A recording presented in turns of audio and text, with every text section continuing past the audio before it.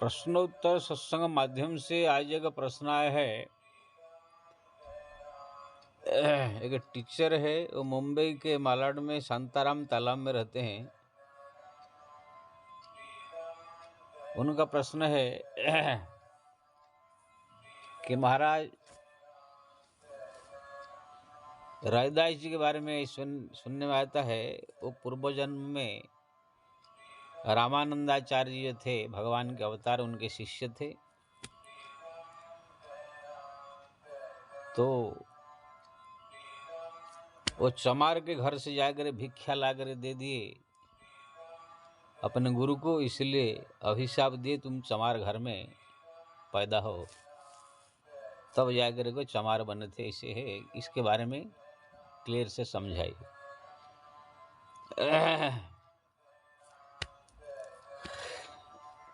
हमारे जो तुलसीदास जी महाराज है, जो रामायण रामचरितमानस लिखे, उनके ही मित्र, उनके ही समकालीन श्री नाभाजी दास जी महाराज है। तुलसीदास जी ने जब रामायण लिख रहे थे तो नाभाजी जितने भी भक्तों का चरित्र लिख रहे थे, कबीरदास जी के चरित्र, तुलसीदास जी के चरित्र, मीराबाई के चरित्र, जितने भी हमारे संसार में बड़े बड़े भक्त हुए हैं, सत्य युग में, त्रेता युग में, कलि युग में, द्वापर युग में, सबका चरित्र को उन्होंने लिखा है नाभादास जी ने। तो उसी नाभादास जी की जो भक्तमाल है, जो छंद के रूप में है, जैसे तुलसीदास जी का चौपाई के रूप में, उसका जो है एक विशद व्याख्या प्रकाशित होता है। सुदामा कुटी एक आश्रम है वृंदावन में, वहाँ से वो निकलता है। जैसे गीता प्रेस गोरखपुर से सब किताब निकलते हैं, ऐसे वृंदावन से भक्तमाल निकलता है सुदामा कुटी से। 4 खंड होता है, बड़ा बड़ा एकदम, इतने बड़े बड़े मोटा मोटा किताब, 4 खंड होते हैं। इसमें पूरा विस्तार से सब भक्तों का चरित्र। बाकी गीता प्रेस से अन्य सब प्रेस से छोटे छोटे सब जो है भक्तों का चरित्र संक्षिप्त रूप में निकलता है, लेकिन ये संक्षिप्त है, लेकिन एकदम विस्तार से। जैसे वाल्मीकि रामायण रामचरित का विस्तार से है, लेकिन तुलसीदास जी का रामायण वो संक्षिप्त में है। ऐसे ही जो है विस्तार से जो है नाभाजी ने जो लिखा है, उसमें रैदास जी का चरित्र आता है कि रैदास जी पहले, इससे पूर्व जन्म में श्री रामानंदाचार्य जी, जो रामानंद स्वयं राम प्रादुर्भूत महितल कहा गया है, रामानंदाचार्य एक संत के रूप में भगवान प्रकट हुए थे। अपने शंख था, उनका शंख बजा करके उपदेश के माध्यम से पूरा हिंदू धर्म का प्रचार किया। अन्य धर्म वाले जो हिंदू धर्म के ऊपर अत्याचार कर रहे थे, सबको जो है दबाया, अपने चमत्कार से जो है पुनः किया धर्म का। जगत गुरु रामानंदाचार्य कहलाते, ये शंकराचार्य थे। ऐसे ही तो उनके शिष्य थे पहले जन्म में रैदास जी, वो ब्राह्मण थे। रामानंदाचार्य जी का नियम था केवल ब्राह्मणों को ही शिष्य बनाते थे।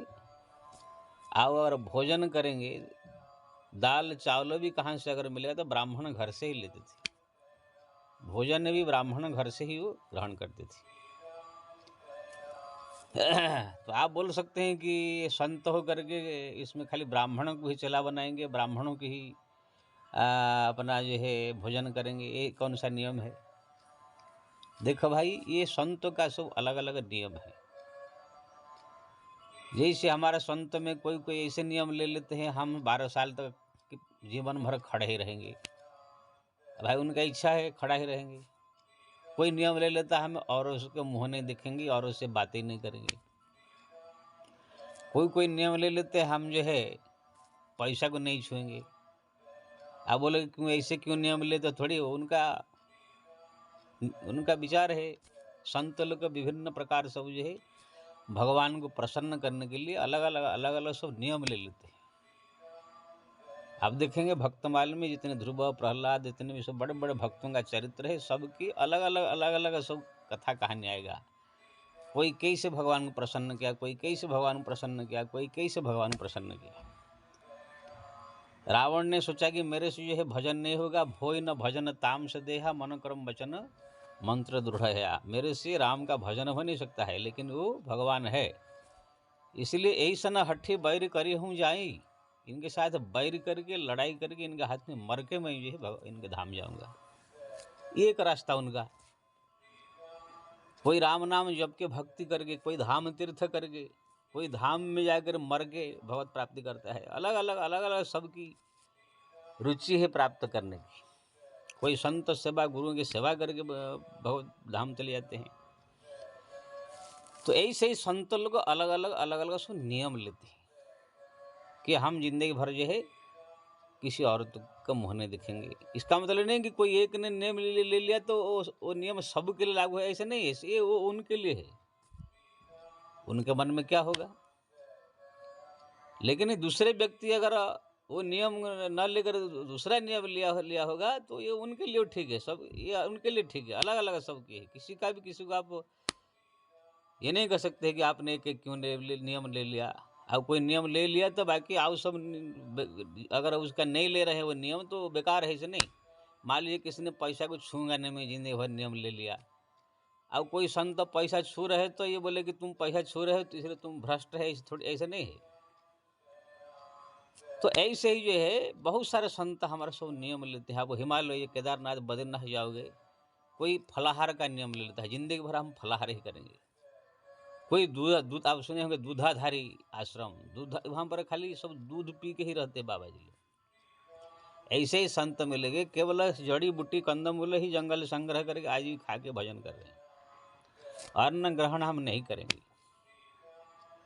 लेकिन कितने होते हैं कि सब खाएंगे पिएंगे, सबसे मिलेंगे जुलेंगे, लेकिन उनका भगवत नाम जप में रुचि है, भगवान का सुंदर रूप का स्मरण में, भगवान का ध्यान, इसमें ज़्यादा उनका लगन है। ये खाना पीना, ये सब किसको छूना, किसको देखना, किसको बैठना उठना, ये सब कोई आगे एक कोई कुछ खाने पीने नियम कानून में वो ज़्यादा ध्यान देते नहीं। जैसे हमारा अपना बता रहा हूँ, मेरा मुख्य फोकस है भगवान का सुंदर रूप का ध्यान, ज़्यादा से ज़्यादा समय करे, भगवान का नाम अनवरत मुँह से निकले, एकांत में जब भी मिल जाए भगवान को बैठ करके अपने सब दुख सुनावे प्रभु। ऐसे ऐसे मोह माया में फंसे हुए हैं, माया भी आप माया से बचाओ, माया से रक्षा करो। हम लोगों का समर्थ नहीं है संसार से हट करके आपके भक्ति में लग जाए, इसलिए शरण में लो, कृपा करो, ये संसार से उद्धार करो, इस प्रकार संकट मुसीबतों से बचाओ। ये तरह तरह के आप उनको प्रार्थना करके शरण में जाने के लिए आप ये 3 चीज़ मैं ज़्यादा बल देता हूँ। बाकी धाम तीर्थ करता हूँ, मंदिर में जाकर दर्शन करता हूँ। भगवान का तो पुजारी मैं 20-25 साल तो भगवान का पूजा ही करता हूँ, मंदिर का पुजारी रहता हूँ। ये सब थोड़ा करते हैं। हाँ, खान पीन में भी एकदम नियम कानून से ऐसे रहता है, लेकिन ये सब में प्राधान्यता नहीं देता हूँ। 3 चीज़ हमारा प्राधान्यता, राम नाम जप, भगवान का ये है सुंदर रूप का स्मरण और भगवान को प्रार्थना। बाकी खाने का, पीने का, देखने का, सुनना, अन्य चीज़ अगर कभी ज़रूरत पड़ गया तभी उसका हम ये नियम तोड़ सकते हैं, लेकिन ये जो नियम हम नहीं तोड़ेंगे। अब हमारा व्यास जी ने कहा, आलोड्य सब शास्त्राणि विचार्यत पुनः पुनः एकमेव सुनिष्पन्नम देव नारायण हरि। समस्त शास्त्र पुराण ग्रंथ में पढ़ा लिखा, सबको मंथन किया, एक उसमें रस निकला। भगवान नारायण का स्वरूप का ध्यान करो, उनका जो है नाम का जप करो, बस उनकी शरण में आ जाए, यही जो है रस निकला। तो इसी को आप ही लेकर मैं ज़्यादा ध्यान देता हूँ। मैं ज़्यादा ये नहीं देता हूँ ये खाना, ये नहीं खाना, ये नहीं खाना, वहाँ नहीं बैठना, उससे नहीं मिलना, उनको नहीं देखना, ये सब ज़्यादा मैं लोगों को नहीं कहता हूँ। हाँ, जितना हो सके पालन करो ये नियम कानून, लेकिन वो प्राधान्य नहीं, वो गौण रहना चाहिए, भगवान का भक्ति प्रधान होनी चाहिए, ये हमारा है। लेकिन कोई ऐसे नियम ले लेते हैं बाबा जी लोग, वो भजन फजन भी ज़्यादा कम करते हैं कि इतना ध्यान नहीं, लेकिन ले लेंगे हम जो है पैसा को छुएंगे नहीं, ऐसे नियम ले लेते हैं। लेकिन जब पैसा कोई चढ़ा के चला जाएगा तो चला के बोलेंगे कि ले आओ चला पकड़ लो, तो ठीक है, उनका नियम है, छुएंगे नहीं। कोई ऐसे नियम लेते हम जिंदगी भर धाम में ही रहेंगे, धाम से बाहर नहीं जाएंगे। ये सब अलग अलग संतों के सब नियम है, अपने अपने जैसे श्रद्धा भक्ति से भगवान को रिझाने के लिए उनकी रुचि है, ऐसे रिझाते हैं। तो ऐसे रामानंदाचार्य जो है एक नियम उनका था कि ब्राह्मणों के अलावा किसी को जो है वो शिष्य नहीं बनाएंगे, और ब्राह्मण के अलावा किसी घर से वो भिक्षा भी नहीं लेंगे, दाल चावल ये सब भी नहीं लेंगे, भोजन तो छोड़ दीजिए। इसलिए एक दिन जो है बारिश हो रहा था, जो हमारे रविदास जी थे उनके शिष्य, पहले जन्म पूर्व जन्म में ब्राह्मण थे, उनके शिष्य बोले कि जाओ भिक्षा लेकर आओ, लेकिन हाँ ध्यान रहे ब्राह्मण घर से ही लाना। तो बारिश हो रही थी, वो गए भिक्षा लेने के लिए। तो चमार जो है बहुत दिन से उनकी इच्छा था कि मेरे को कोई संत साधु महात्मा अगर मेरा घर में भोजन कर ले, मेरा सीधा ले ले तो मेरे घर में एक पुत्र हो जाए, क्योंकि उनका संतान नहीं हो रहा था। कोई ज्योतिष या कोई संत ने कहा था अगर कोई सिद्ध संत को आप भोजन करा दोगे तो आपका घर में पुत्र हो जाएगा। तो रामानंदाचार्य जी के चक्कर में वो था कि अगर भोजन कर ले तो हमारा पुत्र हो जाएगा। तो यही से रविदास गए तो वहाँ पर चमार जो है देखा कि ये बारिश में बाबा जो है भीख मांगने आए हैं लेकिन कोई दे नहीं रहा है, तो तुरंत बुला कर दे दिया। वो भी सोचा गुरु जी क्या मालूम पड़ेगा ब्राह्मण घर से लाए होगी चमार घर से, तो भिक्षा ले करके भोजन बना दिया। अब बना करके यही से रामानंदाचार्य भगवान को भोग लगा करके खाने के लिए तुरंत उसको जो है मालूम पड़ गया। दिव्य दृष्टि वाले थे वो, जैसे चमड़ा का गंध आ रहा है उनको, जैसे उनका नियम लिए थे उसको जो है भ्रष्ट होने जा रहा था, तो भगवान बचा रहे थे। तो ऐसे तो अवतार थे वो भगवान का, क्या उनको बचाएंगे भगवान। तुरंत जरे उनको बुलाए, रविदास जी जो उनके शिष्य थे पहले जन्म में, तुम कहाँ से लाया, सत बता ये भिक्षा, सत बता। तब जो जोर दिए तो बोला कि मैं चमार घर से लाया। तुरंत जो है कहा कि तुम झूठ बोला गुरु से। वो चमार जो है पुत्र नहीं, उसका पुत्र प्राप्ति के लिए बहुत दिन से प्रयास कर रहा है, और तुमने उसके घर से लाकर भोजन करा दिया, जाओ तुम ही उनके घर में पुत्र बन के पैदा हो। तो उनके अभिशाप के कारण वही जा करके उनके घर पुत्र बन के पैदा हुए। लेकिन उसने कहा था गुरुजी आप मेरे तो भेज रहे हैं, लेकिन आप मेरे को ही मंत्र देंगे, आपसे ही मंत्र में लूँगा और मेरे को शरण में लीजिएगा, मेरे को अपने शरण में लीजिएगा, ठीक है। तो ही जा करके उनके घर पुत्र के जन्म हुए। लेकिन पुत्र के जन्म होने के बाद भी वो दूध पी नहीं रहे थे। तब रामानंदाचार्य को मालूम पड़ा, उनके घर में गए, सब लोग सोचे कि यार तो किसी चमार घर में जा नहीं रहे थे, कैसे गए। देखिए नियम था उनका, लेकिन भक्तों के वशीभूत, जैसे भगवान ने प्रावल प्रेम के पाले पड़ पर प्रभु के नियम बदलते देखा, ऐसे ही अपने शिष्य के लिए जो है उन्हें नियम बदल दिया। चमार घर में चले गए, जैसे गुरु जी आए देखे वो बालक है लेकिन उनके दिव्य ज्ञान है, तुरंत मन से प्रणाम किया। और उनको जो है रामानंदाचार्य ने कान में मंत्र दिया और कहा कि अब दूध पिया करो। फिर वो सोच रहे थे कि चमार घर में पैदा हुआ, चमार इनका दूध कौन पिएगा, गुरु जी जब तक नहीं कहेंगे। तब गुरु जी आदेश दिए, तब वो दूध पिए, फिर बड़े हुए, लेकिन बचपन से ही वो भगवान के भक्त ज्ञानी हुए। फिर उनकी लंबी कहानी है, माँ बाप घर से निकाल दिया, फिर वो मंत्र पूरा भक्त साधु बन कर कैसे बड़े भक्त हुए। तो ये जो है नाभादास जी का भक्तमाल में ये सब वर्णन है। तो आपने पूछा था कि कहाँ लिखा है कैसा है, तो आपको मैं बता दिया। और ये जो है ये मत सोचिए कि रामानंदाचार्य जी भगवान होकर के चमार के घर से खाने के लिए भिक्षा मना कर रहे थे, ये सब नियम होता है अलग अलग। लेकिन कितने सोचते देखिए सबरी के झूठा ही भगवान खा गए थे, तो फिर ऐसे क्यों, यहाँ पर ऐसे क्यों किया। नहीं नहीं नहीं, देखो भाई सबरी से के झूठा भगवान खा गए, देखो प्रेम बस। कोई व्यक्ति किसी के प्रेम बहुत प्रेम हो तो वहाँ पर घर में कुछ भी खा लेता है, पी लेता है, झूठा कुछ भी कर देता है, वो प्रेम में नियम टूट जाती है। इसका मतलब वो परंपरा नहीं बन सकता है, वो वैदिक कर्मकांड के अंदर शामिल नहीं हो सकता है। भगवान राम ने सबरी का झूठा बेर खा गया, इसका मतलब वो भगवान झूठा खा गए तो अभी उनको झूठा ही भोग लगाया जाए, ये कोई परंपरा नहीं बन सकता है ना। सबरी को भगवान जाके दर्शन दिया, ठीक, उनका भक्ति था, प्रेम था, दर्शन दे दिया। इसका मतलब ले कि सब सबर जाति वालों को भगवान का सब पुजारी बना दिया जाए मंदिर में, ऐसा नहीं होता है। मंदिर में पुजारी कोई ब्राह्मण नहीं होगा, ये नियम परंपरा कर्मकांड वैदिक नियम है। तो ये भगवान प्रेम बस अपने पर्सनल चीज़ है, ये प्रेम बस किसी भक्त चाहे चमार हो कोई भी हो, उनको ये दर्शन दे देते हैं, उनके ऊपर अपना कृपा बरसाते हैं भक्ति के वशीभूत होकर के। लेकिन एक वैदिक जो नियम कानून कर्मकांड ये अलग होता है, ये शास्त्र में जो है वही ही होगा। ऐसे नहीं कि भगवान कहाँ पर किसी छोटे जात वालों को झूठा खा गए, या किसको जो है पैर दबा दिए जाके, या जाकर किसको जो है किसी का तो उनके घर में जो है रात विश्राम किया, या कुछ ऐसी घटना घट जाए, तो फिर वो छोटे जाति वाले सब लोग को फिर भगवान का प्रिय हो जाएंगे, और सब लोग को जो है भगवान का जो है झूठा भोगा लगाया जाए, उन घर में पानी पिला वो जाके भगवान को पानी भोगा लगा सकते हैं, ऐसे नहीं हो सकता है। वो उनका भगवान का पर्सनल प्रेम अलग चीज़ है। ऐसे हम सब भी अभी कोई प्रेम बस अगर बुला लेता है घर में कुछ ऐसे, तो भाई कुछ भी खा लेते हैं, पी लेते हैं, इसका मतलब थोड़ी कि वो एक नियम बना दिया जाए। इसलिए ये नहीं सोचना चाहिए कि भगवान तो सवरी का भी झूठा खा गए थे, तो यहाँ पर रामानंदाचार्य जब भगवान के अवतार थे, तो क्यों जो है चमार के घर से नहीं खाते थे। भाई वो प्रेम बस ऐसे था, यहाँ पर कोई प्रेम बस कौन सा, चमार तो भगवान को मानता भी नहीं था। देखिए वही रामानंदाचार्य जब चमार के घर में पैदा हो गए रैदास बन करके, आखिर में नियम तोड़ा कि नहीं? उनका नियम था कि मैं चमार घर के ब्राह्मण के अलावा किसी घर में जाऊंगा भी नहीं, छूंगा भी नहीं, भिक्षा ग्रहण नहीं करूंगा, कि शिष्य नहीं बनाऊंगा।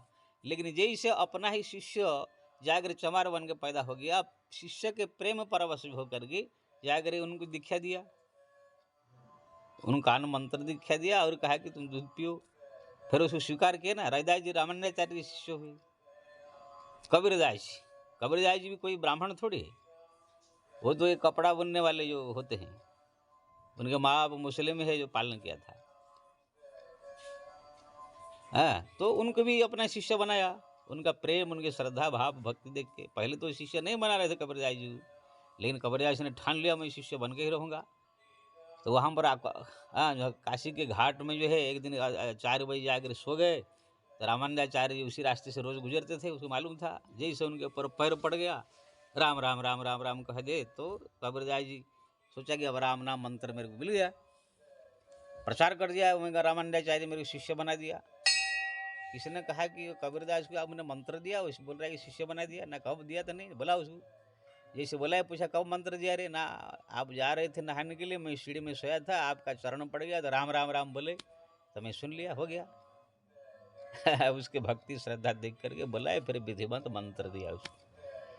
तो जो व्यक्ति का नियम था कि हम ब्राह्मण के अलावा किसको मंत्र नहीं देंगे, कि किसको घर में भिक्षा नहीं लेंगे, आखिर रैदास कबीरदास को दीक्षा दिया कि नहीं? तो प्रेम परवश होकर के कोई नियम कानून तोड़ देना वो अलग चीज़ है, लेकिन उसको आप पूरा वैदिक परंपरा में शामिल नहीं कर सकते हैं कि राम ने झूठा खा गया तो भगवान को झूठा लगाया जाए। भगवान ने जो है सवर के घर में गए, सवरी पूजा आरती करके भगवान ने स्वीकार किया, तो भारतवर्ष का जितने मंदिर में सब कोल भील लोग को पुजारी बना दिया जाए, ऐसा नहीं। ये भगवान की पर्सनल मामला है, इसलिए इसको जो है बढ़िया समझना चाहिए। हम लोग जो है क्या है, सोचते हैं कि सब जाति एक है, सब धर्म एक, ऐसे नहीं होने चाहिए। जैसे एक पुलिस स्टेशन में कोई हवलदार है, कोई पुलिस इंस्पेक्टर है, कोई जो है डीसीपी है, कोई जो है एसपी है, सब अलग अलग होते हैं। क्या सब लोग समान हो जाते हैं? हवलदार जा करके एसपी को डीएसपी को प्रणाम करता है, उसके बड़ा सा अधिकारी को वो प्रणाम करता है। ऐसे हमारे समाज में ब्राह्मण क्षेत्र, वैश्य, शूद्र, ये सब जाति भेद बनाया गया है। शूद्र जो है ब्राह्मण को, क्षत्रिय वैश्य को सम्मान करे, वैश्य शूद्र मिल करके जो है क्षत्रिय को सम्मान करे, तीनों मिलकर ब्राह्मण को सम्मान करे, ब्राह्मण क्षेत्र वैश्य शूद्र 4 मिल करके संत साधु महात्मा सन्यासी सम्मान करे। तो इसी प्रकार से ये नियम जो है वैदिक नियम कर्म कांड, ये सब जो है चालू रहना चाहिए। श्री राम, जय श्री राम। हम लोग क्या है सोचते हैं कि भगवान है, सब उनके लिए समान है, इसलिए जो है सबके प्रति समान व्यवहार होना चाहिए, ऐसे नहीं। तुलसीदास जी ने भी लिखा है, एक पिता के विपुल कुमारा।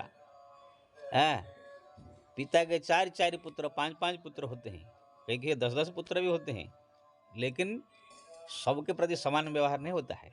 कोई अगर पिता को गाली देता है, मारता है, पीटता है, शराब पीता है, चोरी करता है, डाका डालता है, व्यभिचार करता है, तो पिता को उसके ऊपर नाराज होकर के उसको ये गाली देता है, दंड देता है। लेकिन जो पिता माता का सेवक है, धर्म की रक्षा करता है, नियम से रहता है, शांत है, धीर गंभीर है, समाज का सेवा करता है, पिता माता की सेवा करता है, माँ बाप का उसके प्रति प्रेम रहता है। तो ऐसे ही भगवान इस संसार में सब नियम कानून से बनाए हैं। वैदिक, ब्राह्मण, क्षत्रिय, वैश्य, शूद्र, कोई भी मतलब बुरा नहीं है। सब अपने अपने कर्म जो बताया वो करने चाहिए। सब जाति में बड़े बड़े भक्त हुए हैं, भगवान के प्रिय हुए हैं। शूद्र में हुए, वैश्य में हुए, ठाकुर क्षत्रिय में हुए, ब्राह्मण में हुए हैं। लेकिन जब तक आप पूर्ण भक्त आप नहीं हो जाएंगे, तब तक आप सामान्य में है, तो आपको छोटा बड़ा इसका पालन करना पड़ेगा। हाँ, डीएसपी भाई कोई अगर हवलदार एसपी हो जाए, कमिश्नर हो जाए, तो उसका भी आदर होगा। अगर कोई चमार जाति में पैदा हुआ है, धोबी जाति में पैदा हुआ है, शूद्र में पैदा है, तो अगर वो भक्त हो जाए तो देखो बड़े बड़े जो है ब्राह्मण भी आकर उनको जो है आदर करेंगे, सम्मान करेंगे। अगर वो सन्यास हो जाए, साधु हो जाए, भक्त हो जाए तो। इसलिए जो आपने पूछा कि कहाँ लिखा है, ये आपको बता दिया, उनको बढ़िया से समझा दीजिएगा। कोई अगर आपसे प्रश्न बता रहे थे, कोई प्रश्न उनको पूछा है। जय श्री राम।